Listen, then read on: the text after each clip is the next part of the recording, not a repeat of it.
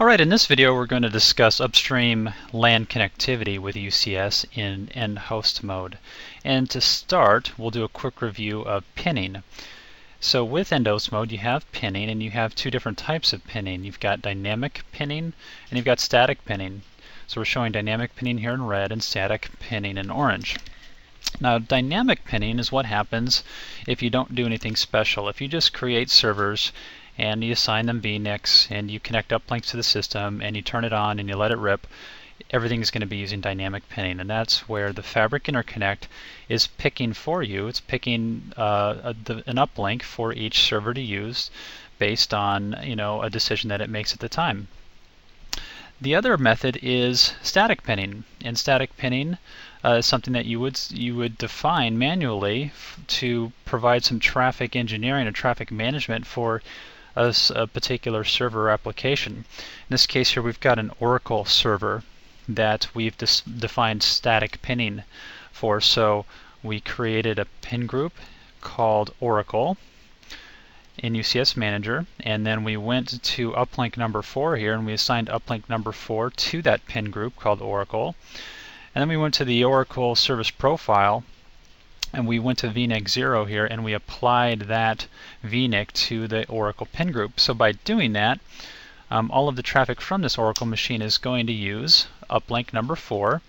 Meanwhile, the traffic from all the other servers here, servers X and Y, will be using dynamic pinning, and they will use uplinks that have not been applied to a static pin group. So in this case here we've got uplink number 1 is available for dynamic pinning, so therefore we've got servers X and Y using uplink 1 and the Oracle machine using uplink number 4. So we were able to segregate the traffic from the Oracle machine between the other servers. Now, if uplink number 1 were to fail here, and if there was no other uplinks available for dynamic pinning, well then we will use uplink number 4 for the other systems as a fallback.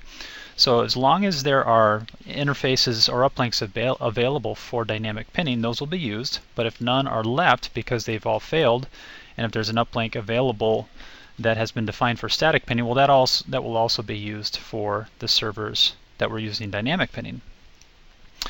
Now, what happens here as well with dynamic pinning is that the Fabric Interconnect will look every 300 seconds to load balance the traffic across all of the uplinks for dynamic pinning. So what were to happen if I had a running system here and I added 2 more uplinks, uplink 2 and uplink 3? Now there's an imbalance here. I've got uplinks 2 and 3 with no traffic at all, and I've got uplink number 1 with all the traffic. So every 300 seconds the Fabric Interconnect is going to look at this, and then it's going to find, hey, there's an imbalance here. I've got an imbalance in the ratio of VNICs to uplinks. So what it's going to do is it's going to make a load balancing decision, and it could move any one of these server connections to a new uplink.